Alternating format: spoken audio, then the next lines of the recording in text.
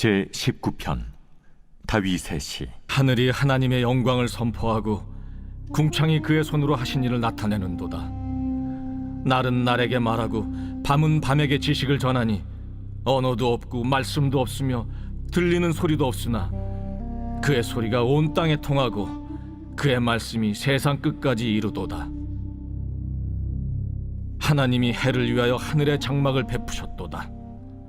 해는 그의 신방에서 나오는 신랑과 같고 그의 길을 달리기 기뻐하는 장사 같아서 하늘 이 끝에서 나와서 하늘 저 끝까지 운행하며 그의 열기에서 피할 자가 없도다.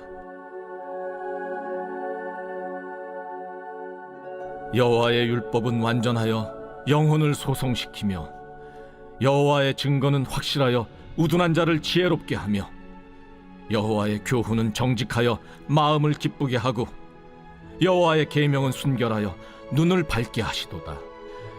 여호와를 경외하는 도는 정결하여 영혼까지 이루고 여호와의 법도 진실하여 다 의로우니 금 곧 많은 순금보다 더 사모할 것이며 꿀과 송이꿀보다 더 달도다.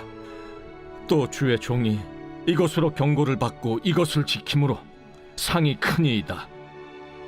자기 허물을 능히 깨달을 자 누구리요? 나를 숨은 허물에서 벗어나게 하소서.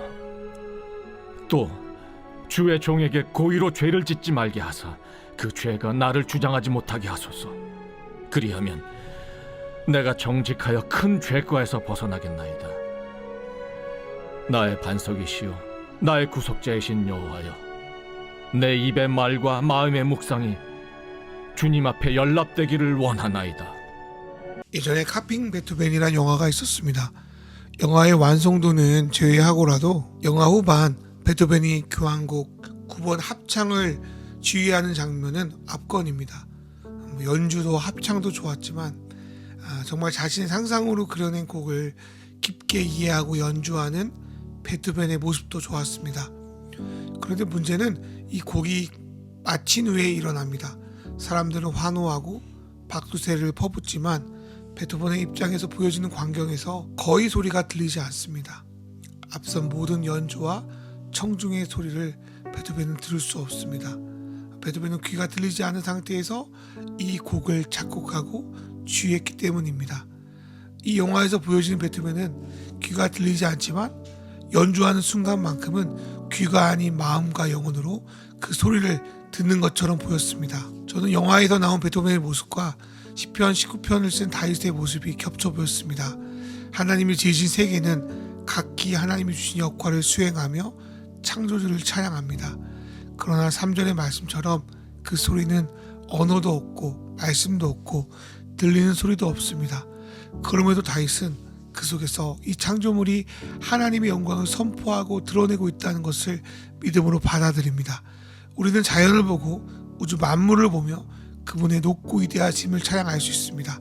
그런데 우리 그리스도인에게 하나님의 말씀을 들을 수 있는 창구가 하나 더 있습니다. 그것은 바로 성경의 말씀입니다. 7절에서 10절에 보면 하나님은 이 세상을 창조하신 놀라운 음성을 성경이라는 텍스트에 기록해 놓았습니다.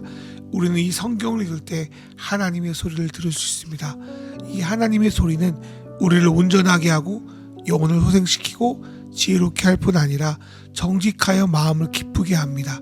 또 그분의 말씀은 순결하여 진리가 무엇인지를 밝게 보이시며 진실하고 의롭습니다. 이 놀라운 말씀을 통해 하나님이 주시는 이 소리를 들은 다윗은 그 말씀이 순금보다 귀한 금 같고 꿀과 송이꿀보다 더 달다고 표현합니다. 또한 하나님 말씀은 11절에서 13절의 말씀을 보니까 우리가 바른 길로 갈 수 있도록 지도합니다. 우리는 성경을 통해 잘못한 것을 체크할 수 있어서 내 마음에 미처 인식하지 못했던 잘못된 부분이 무엇인지를 알게 될 뿐 아니라 애써 무시하고 합리화시켰던 죄를 드러내십니다. 다윗은 하나님께 이러한 잘못의 부분에서 벗어나게 해달라고, 또 하나님을 무시하며 스스로 자신마저 속이는 죄를 범하지 않게 하셔서 정직하게 나아가게 해달라고 기도합니다. 자신의 허물을 보고 죄를 인식하고 변화해 나가는 것은 매우 힘들고 어려운 일입니다.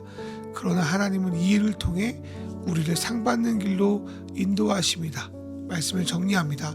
1절에서 13절까지 말씀에서 우리는 하나님이 지으신 세계를 통해 인간의 언어는 아니지만 그분의 존재를 인식하고 찬양합니다. 그러나 성경을 주시지 않았더라면 구체적인 하나님의 뜻을 알 수 없습니다. 하나님의 말씀은 우리를 회복시키고 밝게 하시기도 하지만 우리를 견책하셔서 바른 길로 이끄십니다. 그러기에 14절 다윗은 오늘도 자신의 입술로 하나님을 찬양하고 마음으로 그분의 말씀을 쉼없이 읊조리는 것을 멈추지 않습니다. 이 시간 기도하겠습니다. 하나님 아버지, 사람의 소리처럼 들리지는 않지만 만물이 저마다 주님을 찬양하고 있음을 믿습니다. 그 소리 속에서 내가 당신을 찬양하는 소리도 함께 머물게 하소서. 오늘도 성경에 기대어 당신의 음성을 듣기 원합니다.